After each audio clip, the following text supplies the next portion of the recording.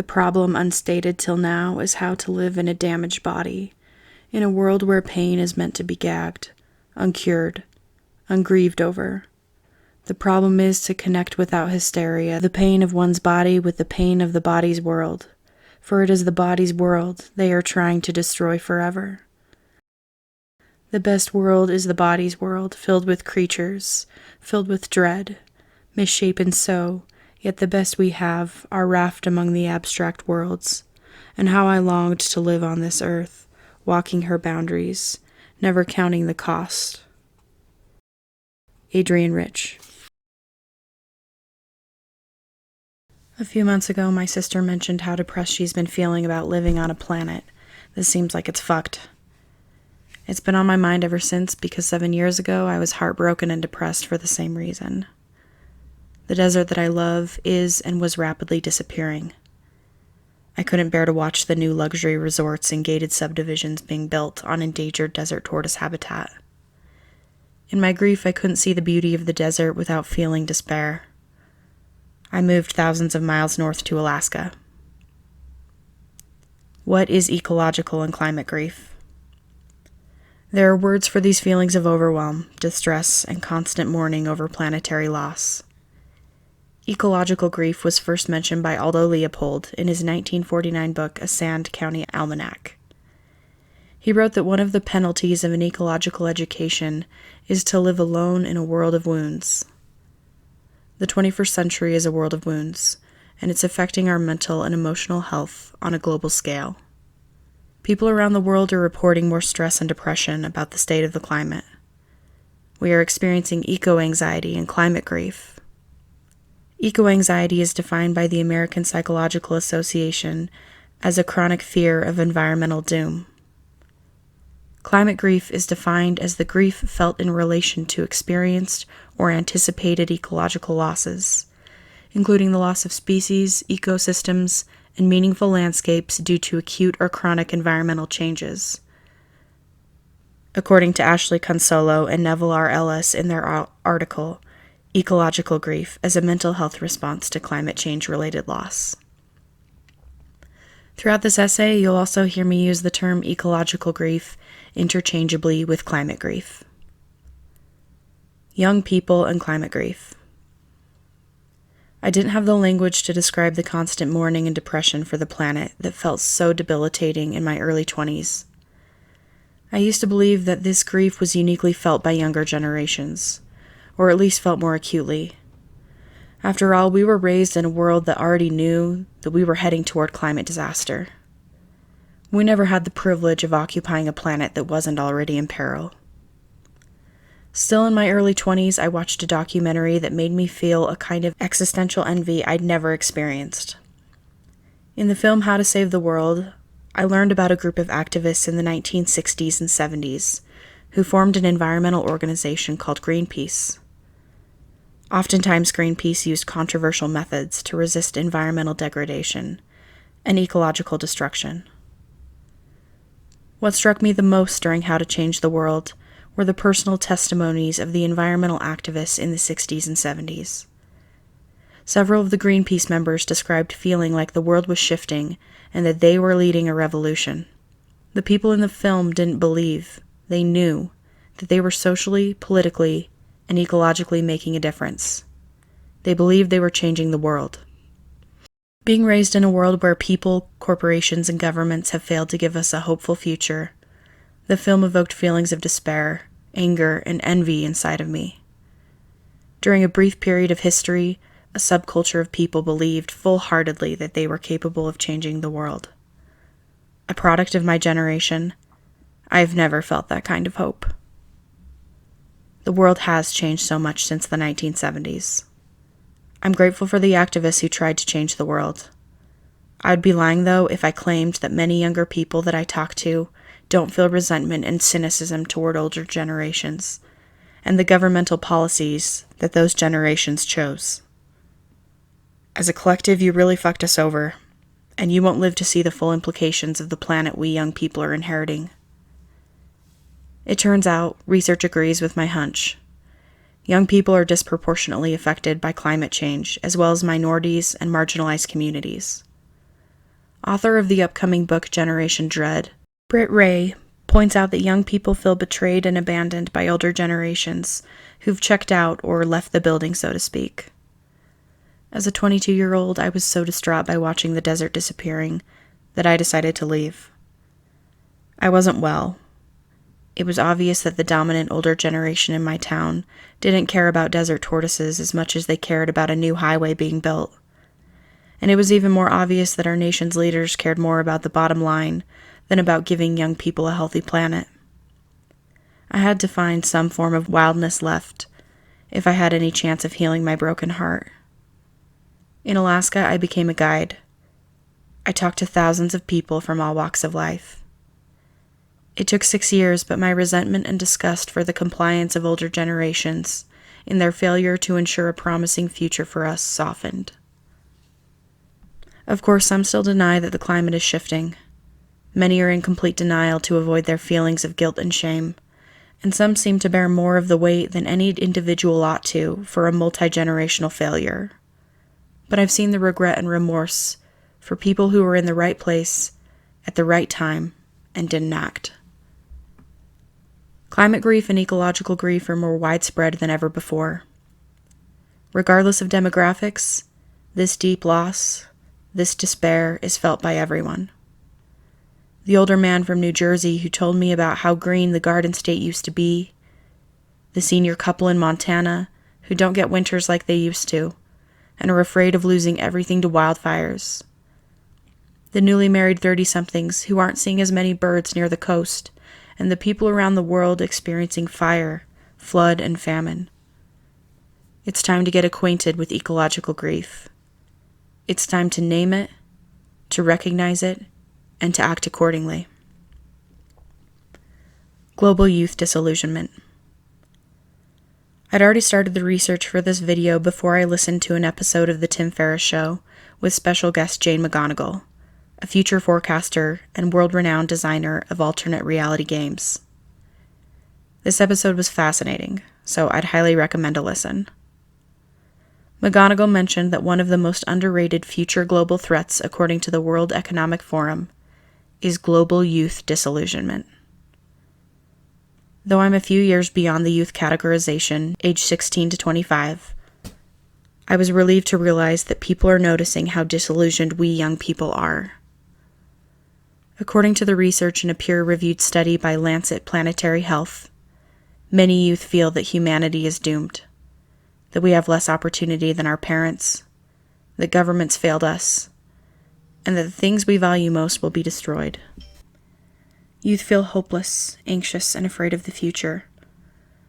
The number one reason for these feelings is the state of our climate. Not to mention we are becoming more and more disillusioned with the ideological structures that were being sold. Examples of this disillusionment include the Great Resignation and the Lying Flat movement in China. Consolo and Ellis's findings concur, and their report indicates that grief, anxiety, and strong emotions linked to the anticipation of future losses will increase in prevalence, and particularly impact children and youth who are growing up with doom and gloom narratives.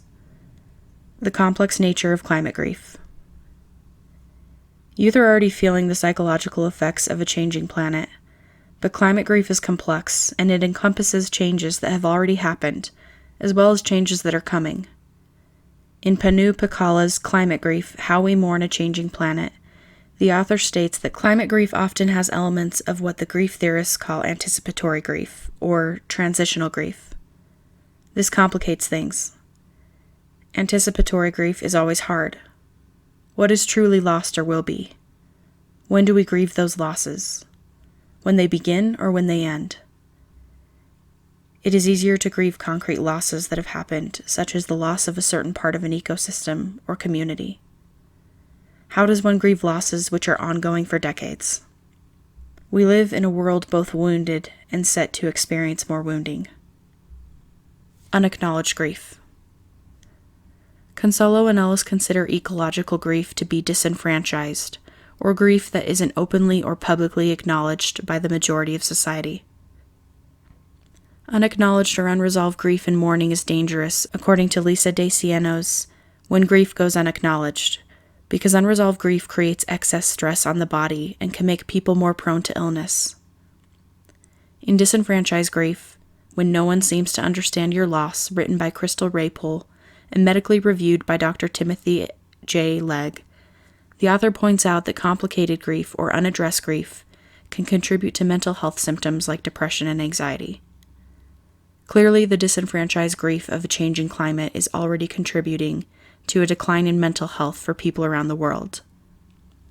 While a good first step is acknowledging ecological grief or climate grief, we must also understand that there are various facets within these specific types of grief. Grief for physical ecological losses. Consolo and Ellis pose that there is grief associated with physical ecological losses, such as the grief that comes in the aftermath of weather-related disasters.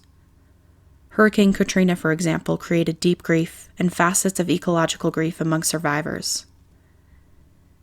They also acknowledge that climate grief can emerge in response to slower incremental changes in environment, including longer-term changes in weather patterns, landscapes, or ecosystems. Examples of this include milder winters with less snow, seeing fewer birds or animals in particular environments, or even noticing that it's becoming harder and harder to find quiet places in nature. These more gradual losses have been referred to as slow violence. Consolo and Ellis point out that these two facets of climate grief can negatively affect aspects of our personal identities and our place attachment. I've made a couple of videos about place identity and place attachment and why they're important to our personal identities, so I'll link those below. What we've learned so far. So we now understand that climate grief, ecological grief, and eco-anxiety are rampant and on the rise. We know that these various facets of climate grief and anxiety are acutely experienced by young people, and that global youth disillusionment has been called one of the most underrated risks of the future by the World Economic Forum. Climate grief includes lost landscapes, ecosystems, species, and places, with personal and collective meaning. We know that our health is threatened by the unaddressed grief, and that our identities are negatively impacted by ecological grief. Questions. How can I continue to live in a dying world? Is it even worth it to keep living when things are only going to get so much worse? How can I bear witness to the extinction of innocent species and animals that I love? How could older generations, people who had a say in public policy, abandon us and exhaust the world? Am I strong enough to hold this sadness? Am I strong enough to live a life of loss? Those were the questions I was asking in 2015. Those are the questions that I'm still asking.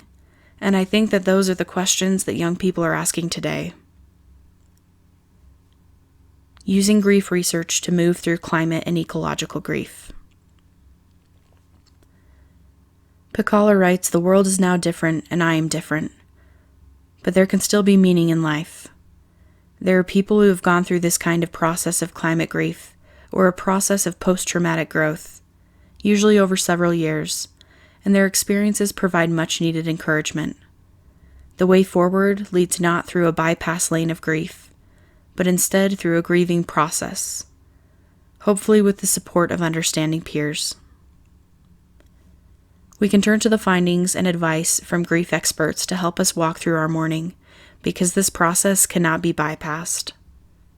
First, let's acknowledge that you are not alone in your grief. This is a widespread global phenomenon, and climate grief is only becoming more common.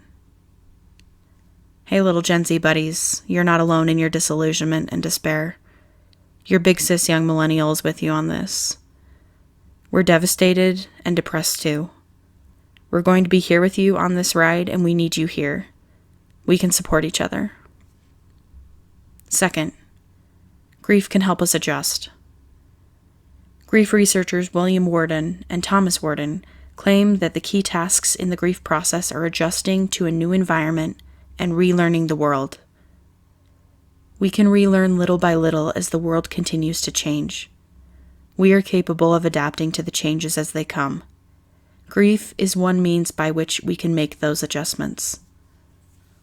Third, let grief crash over you like waves. Elizabeth Gilbert talked about the death of her partner Rhea in such a vulnerable, open way that it has completely changed my relationship to grief. She talked about grief being an uncontrollable thing.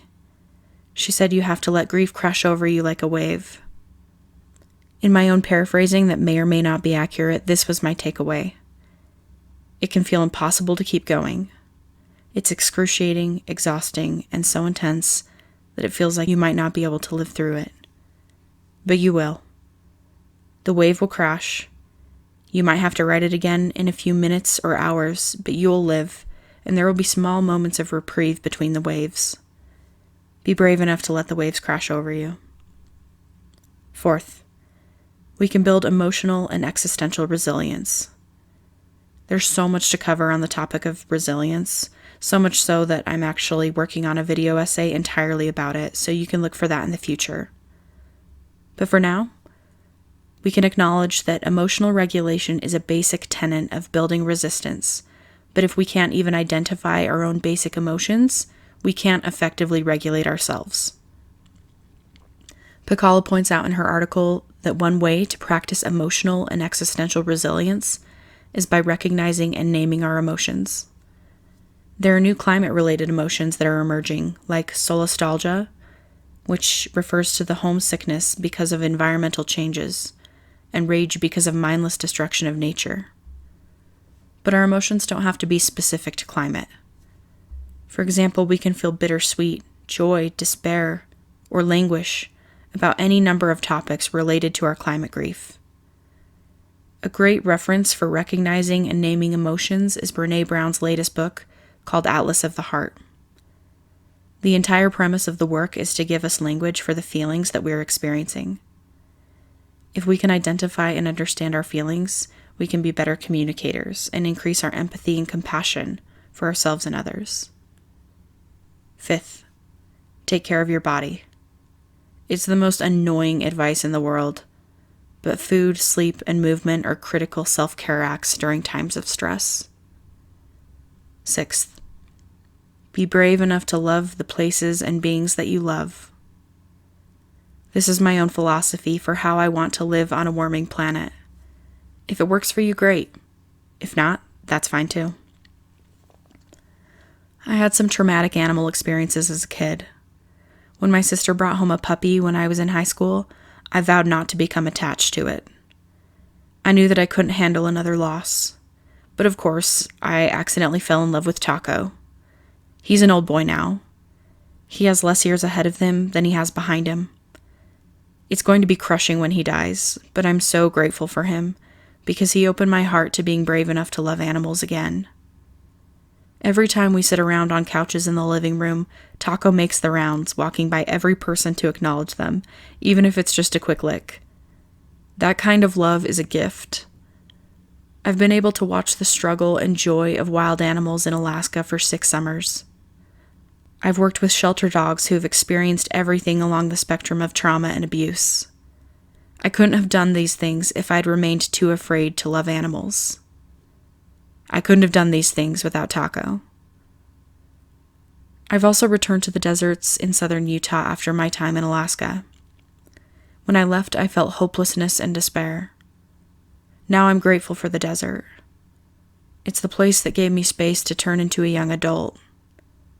I love the desert fiercely, and I'm choosing to bear witness to the loss of habitat and overuse in ways that honor my love.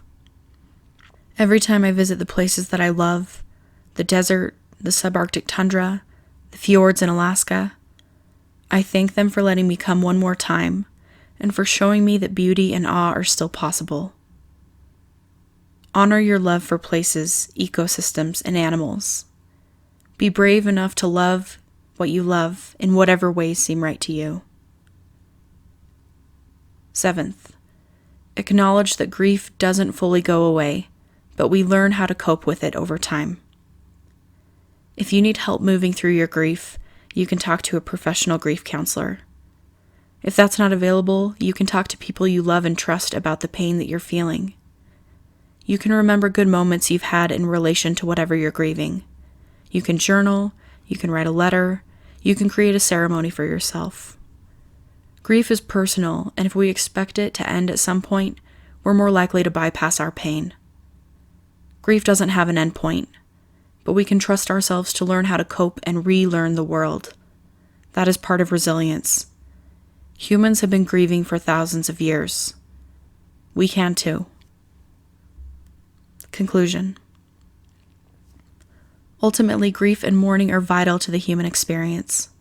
We are in the throes of the most widespread, all-encompassing set of climate losses that humans have ever experienced. We are collectively experiencing or are going to experience ecological grief.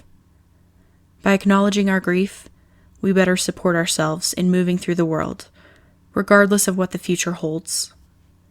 Our mental, emotional, and psychological health are going to be crucial as we navigate a range of scenarios due to our changing climate.